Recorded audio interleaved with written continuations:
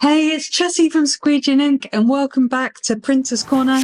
This is where I answer your questions that you've given me all around social media and in my direct messages, and I answer them in a little bit more depth. If you would like your question answered like this, simply use hashtag Printer's Corner and I'll pick that up for a future episode. This week's questions are around things like buying tags, like woven labels.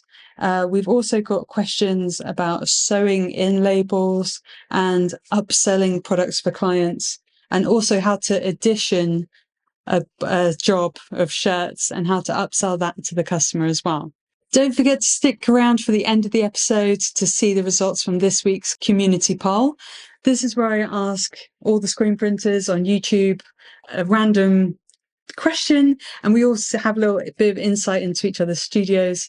You can answer that question too if you go to the community tab on the Squeegee Ink YouTube channel, and you can answer all the old questions, have a little chat. I'll reveal the answers to this one at the end.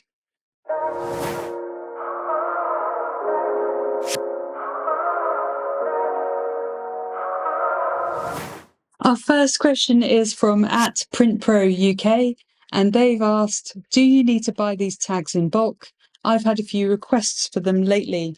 And what they're referring to is little woven labels that are applied to the bottom of t-shirts, often with the brand's logo on.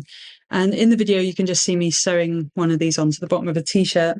Unfortunately, the answer is that you do need to buy these woven labels in bulk. So, for example, we bought 1,000 of one type, and then we had to actually change the orientation. So we had to have one version where the logo is the right way up, another version where the logo was upside down, because we were sewing these onto beanies where the logo had to be upside down, and then onto t-shirts where it had to be flipped. So it was the right orientation, which is something to look out for as well.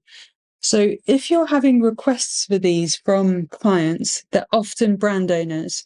So you just need to have this conversation with the brand owner and say, if you buy the minimum order of these, which might be a little bit less than 1,000, but it is going to be an initial outlay, then you as a screen print studio can offer just the application of these labels once your t-shirts are printed in batches.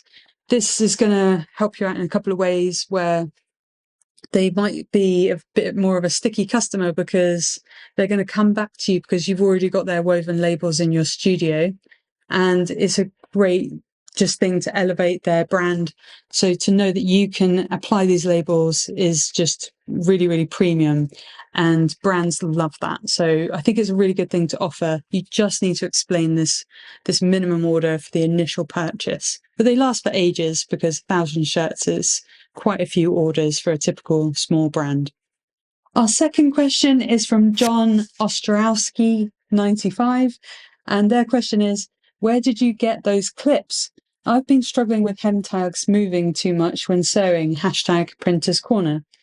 Again, this question is about me sewing in woven labels onto t-shirts, and in the video I'm using tiny little plastic clips to hold the label in place as I'm sewing it, because it is incredibly difficult because you're doing like 2 layers of label around the t-shirt and the bottom of the label can like slip, and it's really, really frustrating to have to unpick it. I got those clips from the local sewing shop, which is literally across the road. I'm sure you can get them on Amazon, and they're only like 50p each. I actually had the idea of getting them because I did a little sewing class, which again, I would definitely recommend if you're not very good at sewing like I am. But yeah, just 2 little clips for 50p, and it just makes the job so much easier because then you're concentrating on sewing backwards and forwards and not having to hold tiny little fiddly things, and it makes it really frustrating if you don't have those clips. Also, let me know in the comments any other tips, because I find sewing on labels really hard, and I just want to know if other people are struggling as much as me. Our third question is from Leek the Cat, and they've asked, when you say limited edition, how do you show that for the customer? Are you adding edition numbers to the shirt? So this is from an Instagram video about us explaining limited edition shirts. So for our own brand, we only print 50 of each design and we call it limited edition. The way we're communicating that to our customers in the shop is we have a swing tag. We have a little holographic sticker, which the number changes on it. So it'll say 1 of 50, 2 of 50 to communicate the edition number and just give a bit of exclusivity and make it look like an authentic item. So that's one really easy way, just add it on the swing tag. However, I have done this for customers before, like screen printing customers, and they had an edition of t-shirts, but they wanted the edition number to be on the garment, not on the swing tag. And I have a video coming up, which you should look out for, about how to limit edition, basically how to label these garments to communicate that. And I do it with some transfers in quite a clever way. So watch out for that video. It's a really good thing to give the customer, especially small brands that are looking for that like edge, and to give exclusivity to their garments. The easy way is holographic stickers, and I've demonstrated that in a few different videos as well. And I'll link in the description one particular one where I run through how to do all the packaging as well for your garments. To answer the main question of this week's episode, which is how to make more money on screen printing jobs, I have a few different tactics. The first one is upsell services that are complementary to screen printing. So you can really easily upsell things like folding and bagging of the garments. You can offer neck labels, screen printed in their logo. You can offer woven labels if you understand the minimum orders for those. You could say that you're going to put in swing tickets. You could do stickers of their design. Another really quite cool one is we used to do social media packages where we'd video the printing process, just a couple of clips so they can use them on their Instagram and TikTok.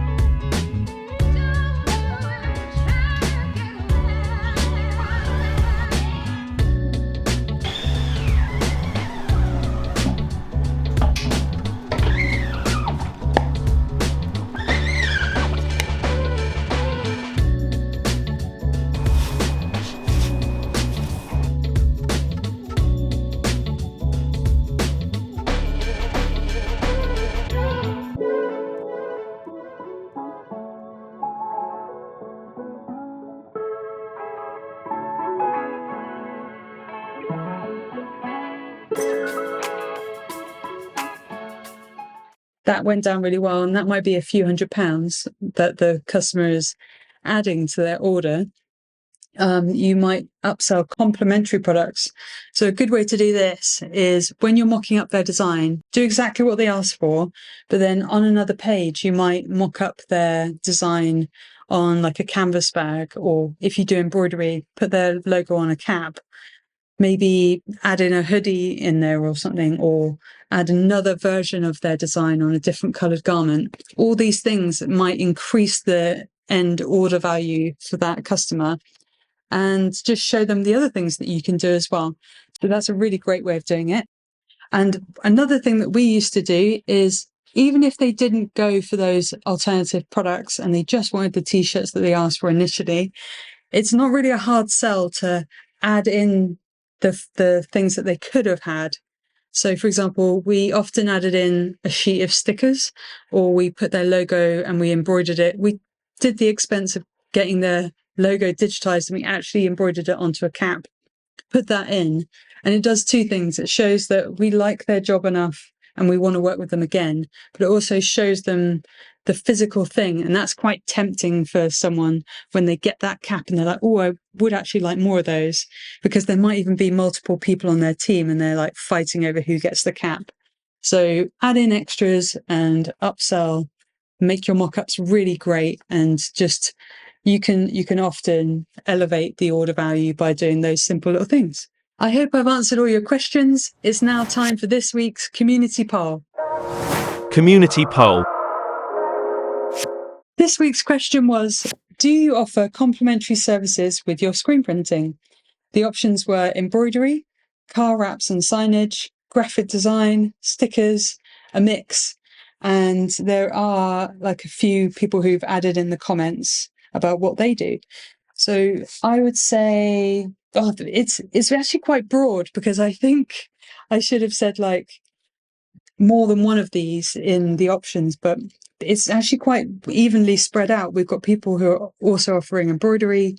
Lots of people are offering graphic design as well, which is really important, because you can often, turn a rubbish logo into something that's actually great for shirts. Lots of people are offering stickers and a mix. And in the comments, I have someone saying they also offer branding. So they offer gazebos, flags, litho printing, digital printing, signage. So that's a really good thing to do as well, because the person who wants t-shirts will often want all those digital products. And even if you don't have the digital printers, there are trade digital printers who you can ask to print them for you, send them to the customer without their logo on. And it's just called white label printing. And it just means that you're getting more cash flow through the business without even having to do the digital printing yourself. You might have to just mock up the designs on some flags, get them to print it, and it makes your business look even bigger than it is. I think lots of other studios are offering a broad range, but personally, we've kind of specialized in screen printing, a little bit of embroidery, and we also throw in some stickers because that's super easy. I hope you've enjoyed this week's episode. Don't forget to give us more questions using hashtag Printers Corner, and get involved in all the community poll questions that I'll be putting out through the weeks. And I hope you have a really great time printing. Give us any more comments on anything you do differently in your studio, and I'll see you on the next one.